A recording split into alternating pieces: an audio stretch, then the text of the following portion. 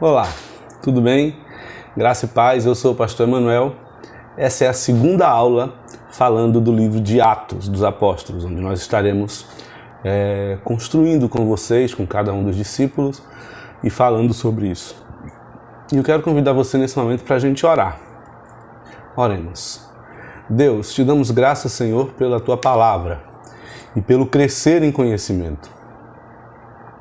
Que através desse estudo, cada um de nós possamos ser alcançados pelo Teu amor, pela Tua misericórdia, e que o crescimento, Senhor, seja real e verdadeiro, para que o Teu reino se expanda em todos os lugares, em todos os confins da terra. É isso que nós te pedimos, em nome de Jesus. Como você sabe, hoje nós estamos com a segunda aula do livro de Atos. Semana passada nós vimos a introdução ao livro de Atos e hoje na segunda aula nós iremos ver o capítulo 1 do livro de Atos. Esse estudo é um estudo para que a igreja cresça, para que a igreja tenha mais comunhão, mais conhecimento. Tudo dentro de uma característica bem simples, bem objetiva, para que a gente possa compreender aspectos importantes do livro de Atos. Amém? Vamos comigo aqui, ó. Tá calor, hein, gente? Meu Deus do céu. Segue aqui. Só que antes de a gente começar, eu quero lembrar você precisa se inscrever no nosso canal.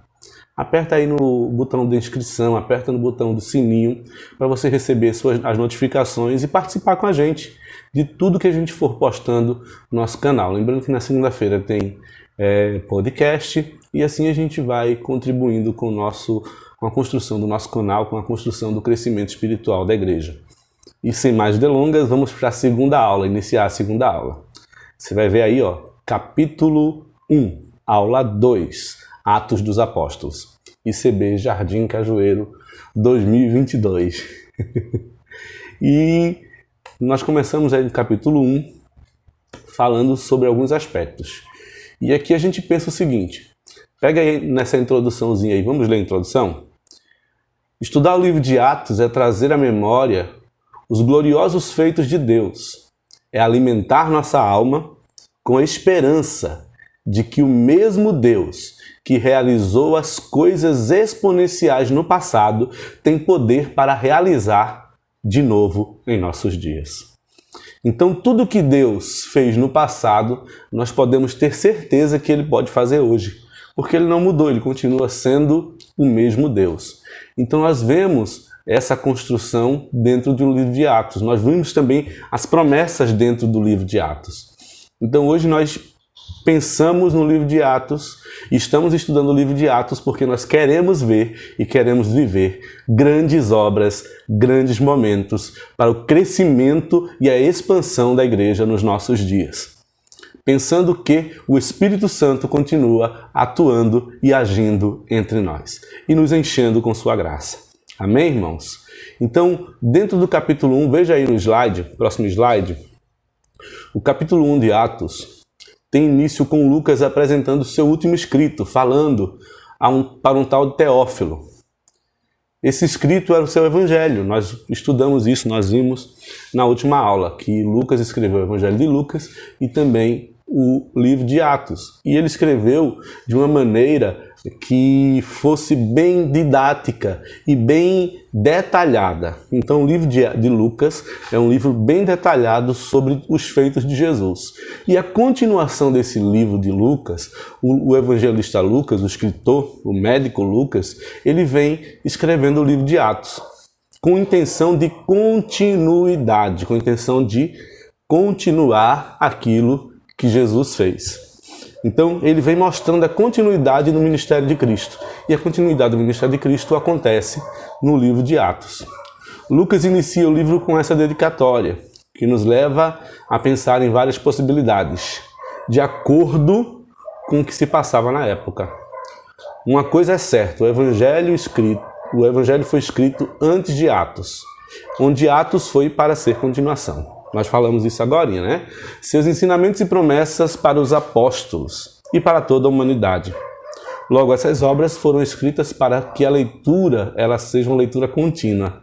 Então, quando você lê o livro de Lucas, imediatamente já começa no livro de Atos, porque você vai sentir ali uma ideia de continuidade, uma ideia de crescimento, uma ideia de crescente, onde não deixa cair a história na monotonia e nem no esquecimento. Então faça isso que você vai ter um belo de um aprendizado. Essa é a nossa dica aqui. E aí surge uma pergunta. Por que esse rapaz ele foi citado, esse rapaz que está aí aparecendo para você na tela, ele foi citado nos dois livros, tanto no Evangelho de Lucas quanto no livro de Atos, o Teófilo. E a gente vai aqui para o próximo slide. Veja que no próximo slide nós falamos o seguinte: o livro de Atos, Lucas fez uma dedicatória para esse tal de Teófilo, onde nós podemos pensar que esse Teófilo poderia ser uma pessoa ou poderia ser um código. Não é história de carochinha, não é brincadeira. Realmente, nós vemos aqui, nós analisamos dentro do contexto teológico, dentro daquilo que a teologia apresenta, dentro das teorias teológicas, sim, o Teófilo poderia ser um código, para que o livro pudesse ser transmitido, ser levado sem muita perseguição, sem muitos embargos, para que esse livro pudesse ser transladado, podemos dizer assim, pudesse ser levado entre as pessoas sem que fosse absorvido para uma pessoa só. Então, a gente vê que nessa época a igreja sofria essa perseguição. A gente vê o livro de Atos, as histórias do livro de Atos, a gente já vê que os apóstolos estavam sendo perseguidos, que os cristãos estavam sendo perseguidos, que a igreja inclusive expandiu para fora dos limites de Jerusalém, para fora dos limites de Israel, por conta da perseguição. Isso a gente vai ver lá na frente, não é de agora não, viu? Agora é capítulo 1. E a gente está aqui fazendo essa avaliação, essa análise sobre o Teófilo. Agora vamos observar se Teófilo fosse uma pessoa no qual Lucas dedicou esse livro, podemos presumir ou pressupor, de acordo com algumas correntes, né? Aí tem alguns grupos de teólogos que vão dar algumas questões. Ele poderia ser um amigo de Lucas ou um amigo do próprio Paulo, uma pessoa influente, uma pessoa que tinha uma influência na sociedade, no qual ficaria mais difícil desse livro ser frustrado ou ser encontrado e ser perseguido. Isso era muito comum naquela época, pessoas influentes receberem essas cartas, receberem essas dedicatórias, para que os livros eles não fossem, as cartas e as dedicatórias não fossem escondidos, não fossem perseguidos, e nem as pessoas a quem ele estava falando, os discípulos de Jesus. Podemos ter a observação que Teófilo era uma pessoa com uma certa relevância da época. Onde é que a gente vê isso? No próximo slide você vai ver aqui Lucas falando no seu evangelho também, no capítulo 1, versículo 3. Olha o que Lucas fala. Já chegou aí, você vai ver. Pareceu-me também, a mim, conveniente descrevê-los a ti, ó excelente Teófilo, por sua ordem, havendo-me já informado minuciosamente tudo desde o princípio. Veja que Lucas apresenta Teófilo como uma pessoa excelente, uma pessoa que tinha uma certa influência. E no próximo slide aqui a gente vai comentar aqui essa observação que Lucas ele coloca excelentíssimo Teófilo, ou excelente Teófilo. E aqui levanta-se as questões de que Lucas poderia até mesmo ser um escravo, ter sido um servo. E nessa época era muito comum os servos, os seus senhores, colocar os seus servos para estudarem, para fazer pesquisas. E a medicina era uma vertente muito estudada pelos escravos, porque os seus senhores ficavam adoecidos e era bom que tivesse um médico relacionado à sua família, um médico direcionado para a sua família. Então eles costumavam usar muito os seus servos. E aqui a gente vê que existe uma certa influência, uma certa dedicação desse homem para receber, desse certo homem, Teófilo, para receber os escritos.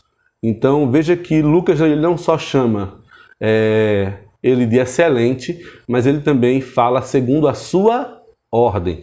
É uma obediência, em forma de obediência, Lucas estava escrevendo esses dois livros. Então, Teófilo escrevendo esses dois livros. Então, Teófilo possivelmente era um grego que se converteu a Cristo. Você está vendo, inclusive, coloca aí no slide isso aí para a gente ver. Um grego que se converteu a Cristo e que ordenou a Lucas, que poderia ter sido seu amigo, escravo ou até mesmo um familiar, para investigar de forma minuciosa, para analisar, pesquisar de forma minuciosa os acontecimentos da época e relatá-los para o mesmo, para registro ou até para propagar ainda mais os feitos de Jesus. Então, existe essa vertente e a gente vai estudando sobre isso e comentando sobre essa vertente.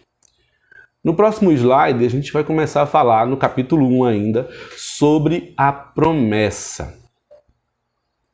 A promessa que Jesus fez, né? A promessa de sermos revestidos. A promessa de recebermos o Espírito.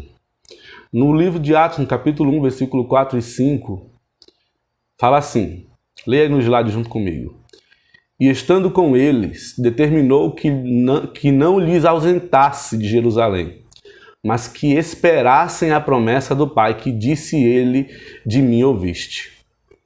Porque na verdade João batizou com água, mas vós sereis batizado com o Espírito Santo, não muito depois destes dias. Aqui a gente vê que Jesus ele direciona para a igreja, para a nova igreja, para os novos cristãos, pós-morte, pós-ressurreição, uma promessa. Essa promessa que a gente já viu no livro de Joel, a gente já viu o próprio João Batista falando, né? Quando João Batista diz, eu vos batizo com água para o arrependimento dos seus pecados, mas virá um que vos batizará com o Espírito Santo e com fogo. Então Jesus ele dá essa continuidade e ele deixa essa promessa para os seus discípulos.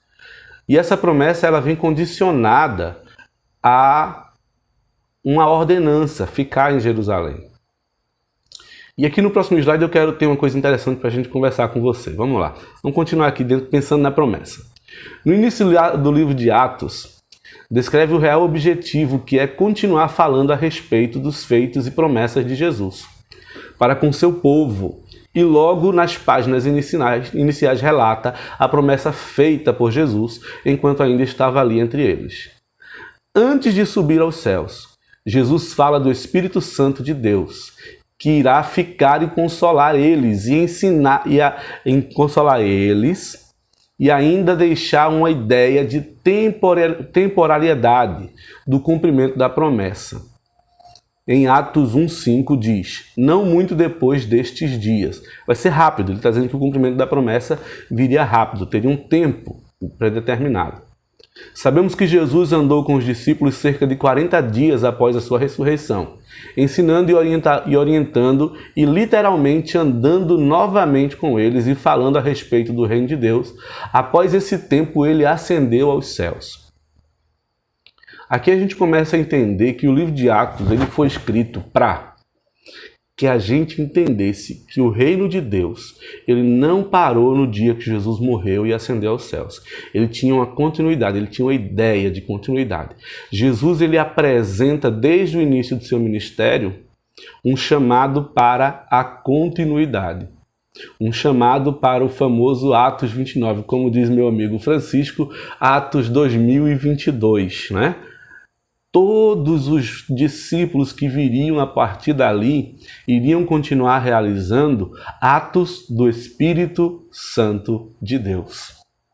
Guiados por Ele, consolados por Ele, ensinados por Ele, levados por Ele. Então o Espírito Santo de Deus ele passou a ser o direcionamento, o termômetro da igreja. Então a igreja ela recebe uma promessa para ser revestida. Sabendo que Jesus não está mais entre os apóstolos. Vamos lá no próximo slide? Jesus não está mais com a gente, não está mais entre os apóstolos. Não fisicamente. Porque agora ele volta para os céus, e quando ele volta para os céus, ele cumpre uma promessa que ele mesmo fez, que não nos deixaria só. Essa promessa foi feita no livro de João, essa promessa foi feita no livro de Mateus, né? Essa promessa foi relatada no livro de Lucas, no livro de Marcos, que Jesus iria ao Pai, voltaria ao Pai, mas não nos deixaria só, ele nos enviaria um Consolador. E nesse momento os apóstolos eles começaram e eles entenderam essa promessa e começaram a ter um momento que Jesus falara, por exemplo, no capítulo 17 de João, que todos saberiam que ele era enviado de Deus quando eles fossem um. E aí começa a existir um momento de comunhão, oração, juntos com os homens, com as mulheres, Marta e Maria, Maria, mãe de Jesus, Marta, as amigas, os seus irmãos, eles oravam unanimemente, à espera de uma promessa que teria sido feita por Cristo, mas não sabiam com certeza o tempo. E aqui, irmãos, olha, isso aqui é uma coisa que eu estou acrescentando aqui nesse momento. Nós precisamos começar a ter essa unanimidade, orarmos juntos, buscarmos juntos, vivermos em comunhão juntos, porque está chegando o tempo em que Jesus vai voltar. Aí muita gente, mas já faz mais de 2000 anos que os crentes falam isso e não sei o quê. Pois é, a gente não sabe o dia, a gente não sabe a hora, mas a gente sabe que a gente precisa obedecer a um mandamento, a um princípio, a uma ordenança de Jesus, que é permanecermos em oração, buscando o seu Espírito até que ele venha. Ou seja, eles não sabiam nem o Cronos, nem no Kairos, quando de fato seria o cumprimento daquela promessa. A pergunta é o que eles fizeram nestes 10 dias. Eles poderiam ter... Aí aqui a gente leva traz um pensamento. Nesses 10 dias muita gente se perdeu, muita gente saiu, muita gente não esperou, muita gente não aguentou esperar. Mas ali, nesses 10 dias, o Espírito Santo de Deus, que estava sendo preparado para ser derramado sobre eles, para o cumprimento da promessa. Eles não sabiam o dia, eles não sabiam a hora, eles não sabiam o lugar exato, mas eles sabiam que seria em Jerusalém. Eles sabiam que deveriam ficar em Jerusalém. Eles não sabiam se ia ser no templo de Jerusalém, se ia ser na sinagoga, se ia ser na praça, mas eles sabiam que a ordenança era permanecer em Jerusalém. O lugar da descida, o lugar da promessa era Jerusalém. Eles estavam certamente ansiosos, inquietos, com medo, porque a perseguição ali já estava existindo. Mas aí eles procuraram um lugar,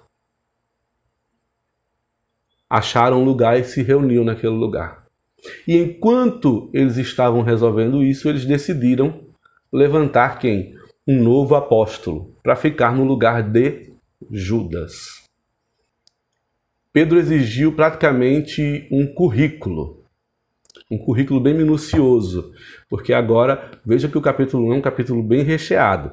Tem aqui várias coisas que a gente vai construindo, vai descobrindo, e a gente percebe que os discípulos eles tinham um princípio de obediência, e eles queriam ali substituir o apóstolo Judas, olha, Lucas, o apóstolo Judas, aquele que traiu Jesus. E eles criaram aqui uma série de exigências, uma série de determinações para que essa vaga fosse